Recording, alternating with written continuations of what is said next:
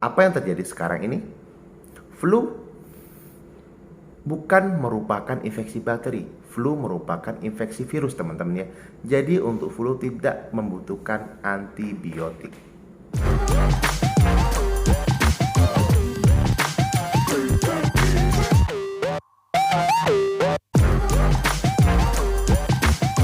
Assalamualaikum warahmatullahi wabarakatuh. Teman-teman, kembali lagi ke channel Bambang Sumedi. Pada video kali ini kita akan membahas tentang antibiotik. Kenapa saya membahas itu, teman-teman? Karena di lingkungan kita ini, masyarakat masih tidak paham tentang bahaya menggunakan antibiotik tidak sesuai dengan aturan.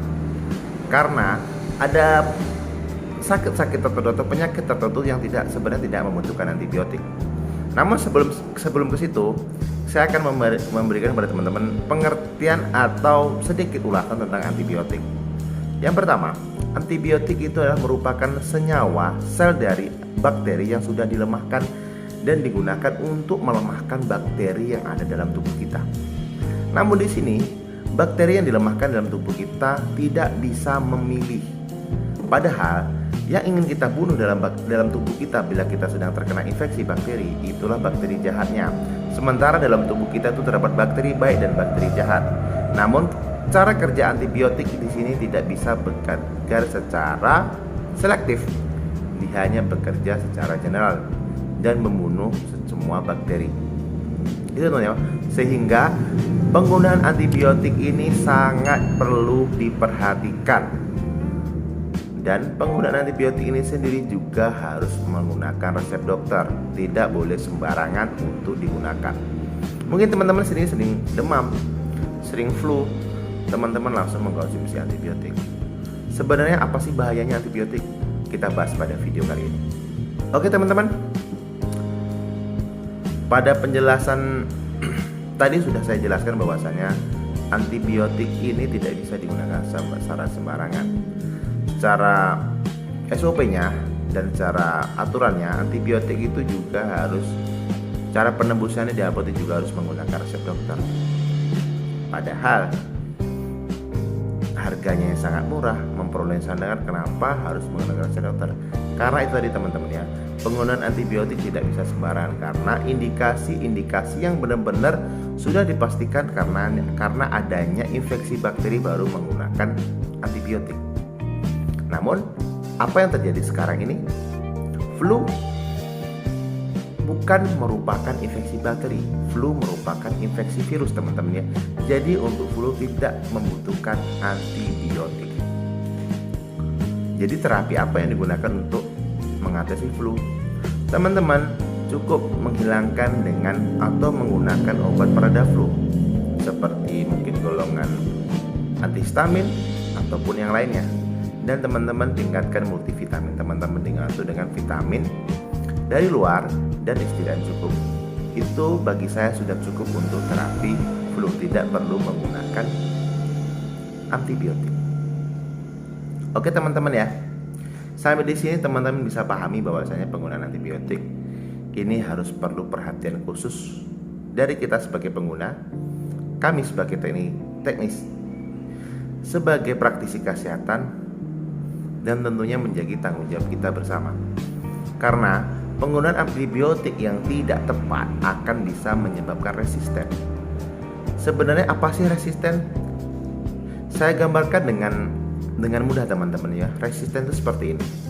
Jadi ibaratnya kita itu sudah tidak bisa atau tidak mampu menggunakan obat yang sama di sakit yang sama.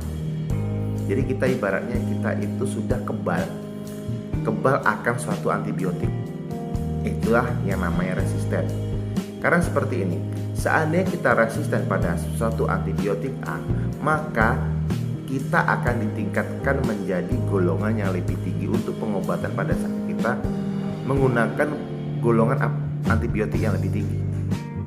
Karena kita sudah adanya resistensi obat atau resistensi antibiotik. Apa sih penyebabnya bisa resisten seperti itu? Penggunaan antibiotik yang tidak tepat itu menjadi salah satu penyebab resistensi. Dan penggunaan antibiotik tidak pada indikasinya juga menyebabkan resistensi. Jadi penggunaan antibiotik yang benar seperti apa? Yang pertama, teman-teman hanya bisa mendapatkan antibiotik dengan adanya resep dokter. Jadi teman-teman di sini jangan pernah membeli antibiotik tanpa resep dokter, apalagi dengar dari teman, apalagi pernah menggunakan sebelumnya dapat resep dokter, begitu sakit yang sama teman-teman menggunakan dengan obat yang sama dengan membawa bungkus ke apotek yang menanyakan antibiotik. Itu adalah hal yang salah. Oke teman-teman ya, penggunaan antibiotik yang benar itu harus merujuk pada resep yang ditunjuk atau yang dibuat oleh dokter. Ada penggunaan antibiotik yang 3 kali sehari, ada penggunaan antibiotik atau yang 2 kali sehari, dan ada juga penggunaan antibiotik itu yang 1 kali sehari. Minimal untuk penggunaan antibiotik di sini bisa dalam waktu 7 hari atau 1 minggu. Dan 1 resep siklus penggunaan antibiotik itu harus dihabiskan teman-teman ya. Harus dihabiskan. Jadi ingat, untuk takaran siklus antibiotik minimal 7 hari.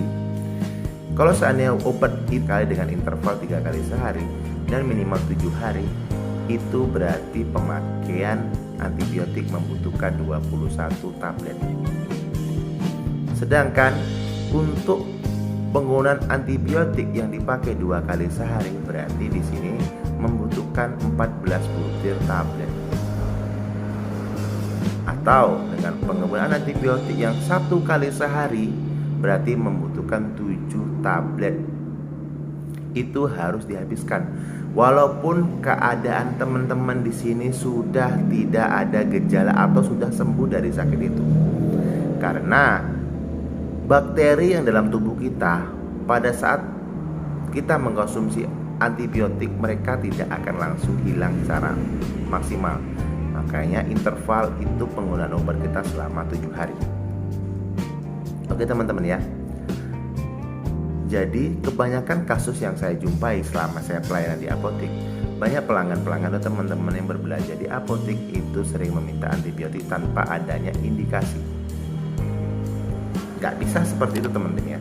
Seperti halnya gini, teman-teman belanja ke apotek, teman-teman demam, dan teman-teman langsung meminta antibiotik. Padahal teman-teman demam hanya satu hari atau 2 hari, belum dibutuhkan untuk terapi antibiotik. Teman-teman bila mengalami demam, teman-teman hanya cukup membeli obat penurun demam dan mengkonsumsi vitamin dan istirahat yang cukup. Itu sudah terapi yang tepat bagi saya, yang bisa teman-teman terapkan dan tidak butuh antibiotik. Apalagi untuk anak-anak yang masih kecil, bagi saya ya belum butuh sama sekali antibiotik. Karena kita takut adanya resistensi terhadap antibiotik. Penggunaan antibiotik sendiri untuk pasien yang di rumah sakit itu harus menggunakan uji skin test. Skin test seperti apa? Teman-teman akan disuntikkan suatu obat atau antibiotik ke dalam tubuh. Nanti ditunggu adanya alergi atau adanya timbul nggak alergi yang sudah atau ada nggak alergi yang muncul setelah penggunaan obat tersebut, terutama antibiotik teman-teman ya. Jadi tidak boleh sembarangan, karena bila ada timbulnya alergi nanti akan memperburuk kondisi pasien tersebut. Jadi teman-teman di sini untuk penggunaan antibiotik sendiri harus sangat berhati-hati dan selalu mengikuti instruksi yang telah diberikan oleh dokter. Kalau misalnya obat itu 3 kali sehari, teman-teman harus menghabiskan 3 kali sehari minimal 3 hari, 4 hari atau minimal 1 minggu. 7 hari teman-teman, untuk pengobatan 7 hari, 2 kali sehari dan ada 1 kali sehari. Banyak saya jumpai teman-teman di sini menggunakan antibiotik tidak pernah dihabiskan. Bila kondisi sudah sembuh, bila kondisi sudah sehat, maka penghentian obat antibiotik sudah dihentikan. Itu merupakan cara yang salah. Kami selaku farmasi, selaku pihak terakhir yang bagian berjumpa pada teman-teman ataupun kami di apotek yang ingin medikasi pada teman-teman, bila mendapatkan resep atau kami menyerahkan antibiotik kepada teman-teman, pasti kami membukukan atau mengkonsultasikan atau memberi informasi pada teman-teman bahwasannya antibiotik itu harus dihabiskan. Karena tujuannya seperti apa? Tujuannya biar supaya pengobatan yang didapat oleh teman-teman itu maksimal dan tidak adanya resistensi terhadap antibiotik. Oke teman-teman ya. Jadi perlu saya tekankan bahwasan teman-teman bila hanya demam, hanya flu ringan, tidak perlu mengkonsumsi antibiotik. Kecuali kalau flu itu udah bertahun, mungkin adanya gangguan peradangan, sinusitis dan lain, itu mungkin teman-teman harus mengkonsultasikan dengan dokter. Nanti teman-teman tinggal menunggu instruksi dokter itu seperti apa. Jadi teman-teman tidak perlu langsung memutuskan untuk membeli antibiotik. So kami di apotek harus menolak pemberian antibiotik? Ya. Kalau tidak seperti itu, ya kami sebenarnya bisa aja menjual antibiotik pada teman-teman semua sesuka kami, atau bisa kami menjual teman minta, ya itu merupakan omset bagi kami selaku apotek. Namun kami di sini juga mempunyai kode etik yang harus kami jaga. Oke teman-teman ya. Jadi di sini teman-teman harus paham tentang penggunaan antibiotik. Jangan pernah salah dalam menggunakan antibiotik. Kalau tidak tahu silahkan tanya kepada apoteker saat Anda berbelanja di apotek, saat Anda konsultasi penerimaan obat, dan saat Anda di fasilitas kesehatan lainnya. Silakan teman-teman konsultasikan obat Anda kepada apoteker supaya teman-teman tidak pernah salah dalam penggunaannya. Mungkin sampai di sini penjelasan tentang antibiotik. Mudah-mudahan teman-teman cerdas menggunakan obat. Bila masih bingung, teman-teman silahkan tanyakan kepada apoteker teman-teman masing-masing. Tanya obat, tanya apoteker. Salam sehat. Assalamualaikum warahmatullahi wabarakatuh.